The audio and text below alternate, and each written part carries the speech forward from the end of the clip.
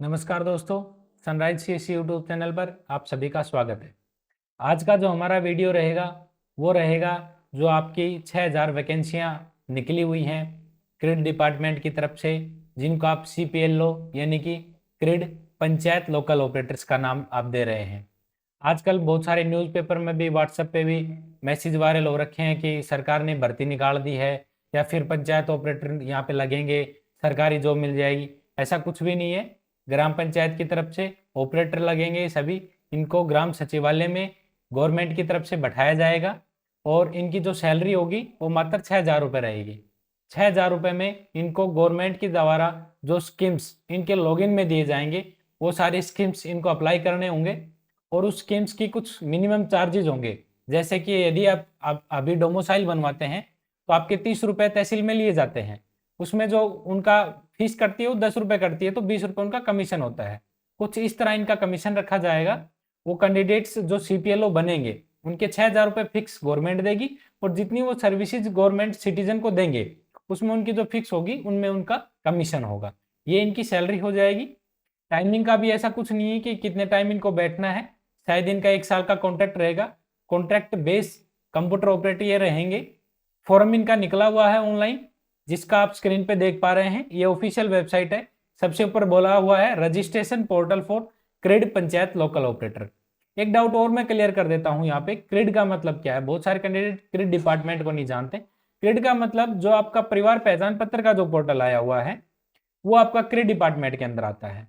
तो जो लॉगिन बनेगा आपका क्रिड डिपार्टमेंट का, वो जो पंचायत के जो लोकल ऑपरेटर्स हैं उनका आपका परिवार पहचान पत्र का लॉगिन बनेगा। और जो अब से पहले जो आपकी सरल हरियाणा पे जो स्कीम्स आपकी ऑनलाइन होती थी, लगभग वो सरल हरियाणा के पोर्टल को बंद कर दिया जाएगा। या तो सिटीजन पोर्टल पे या फिर हो सकता है परिवार पहचान पत्र के CPLO लॉगिन में वो स्कीम्स लेके आएंगी गवर्नमेंट। लेकिन लगभग सरल हरियाणा का पोर्टल आपका बंद हो जाएगा।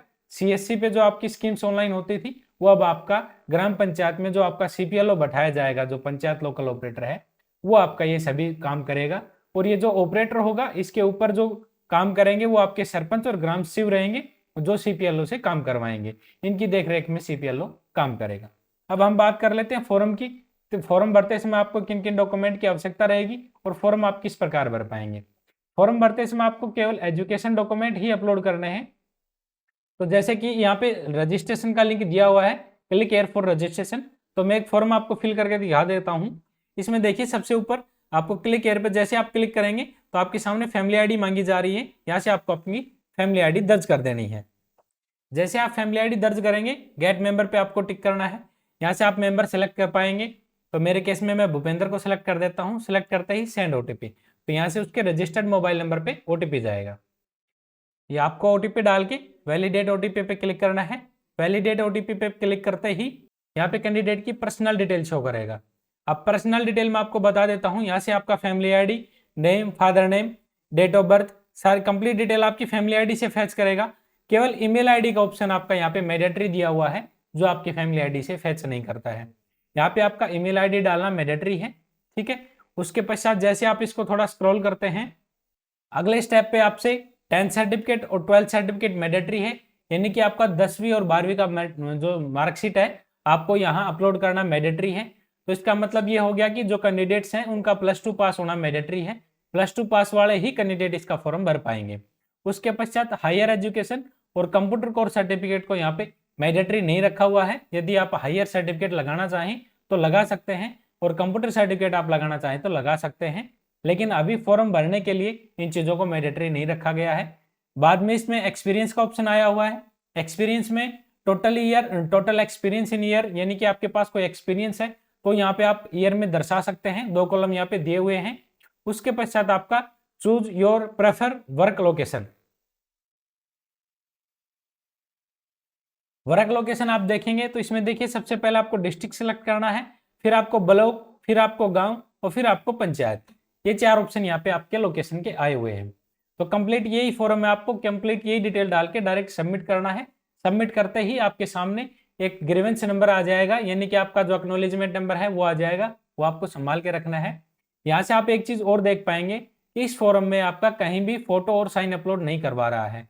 जैसे कि शुरुआत में जो आपकी एडवर्टाइजमेंट आई थी उसमें बोला गया था कि आपका रिटर्न होगा इसमें, सिलेक्शन प्रोसीजर जो आपका रहेगा वो रिटर्न का रहेगा, लेकिन ऐसा कुछ नहीं है इसमें, जहाँ तक मेरे को नॉलेज है, क्योंकि इसमें फोटो साइन अपलोड नहीं हो रहे हैं तो आपका रिटर्न नहीं होगा। इसमें जो ईमेल आईडी मांगी जा रही है वो ईमेल आईडी जो CSC यूजर्स हैं उनके सारे लॉगिन हैं वो ईमेल आईडी पे हैं।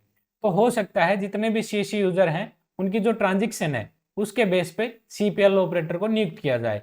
जो मान लीजिए एक गांव में 3 से 4 CSC रनिंग कर रही हैं, तो किसी एक CSC की ट्रांजेक्शन ज़्यादा है, किसी की कम है, तो जो ज़्यादा ट्रांजेक्शन जिस CSC की है हो सकता है वो जो CPL ऑपरेटर है वो उसी CSC का जो ओनर है वो वहाँ पे बन जाएगा उसी गाँव के अनुसार। यहाँ पे एक लोकेशन का लफड़ा हो रहा है। लोकेशन यदि आप चेंज करना चाहें, मान लीजिए आपका गांव ककराला है, आप किसी और गांव की लोकेशन यहाँ पे देना चाहें तो दे सकते हैं आप अपने अनुसार। यदि आपको लगता है किसी गांव में कोई CSC नहीं है तो आप उस गांव के लोकेशन भी यहाँ से देख सकते हैं। लेकिन इस चीज़ का ध्यान रखना, आपको केवल 6,000 रुपये ही मिलने हैं, तो आपका उस गाँव में मैनेजमेंट हो पाएगा या नहीं हो पाएगा, इन सब बातों का आपको ध्यान रखना है। इस फॉर्म के अलावा इसमें कोई अपडेट और है नहीं, रिटर्न का भी क्लियर है नहीं, हो सकता है हो जाए लेकिन चांसेस है नहीं होने का। ना ही ये कोई गवर्नमेंट जॉब है, और ये जो भी एम्प्लॉय हैं सारे कॉन्ट्रेक्चुअल बेस एम्प्लॉय रहेंगे और इनका शायद 1 साल का ही कॉन्ट्रैक्ट रहेगा। तो फिलहाल इस फॉर्म के लिए इतनी ही अपडेट है। यदि इस फॉर्म भरने में कोई डाउट आ रही है तो नीचे हमारे मोबाइल नंबर दिए हुए हैं, आप हमसे डाउट शेयर कर सकते हैं, हम आपकी प्रॉब्लम का सॉल्यूशन कर देंगे। फिलहाल इसके लिए इतना ही, धन्यवाद दोस्तों।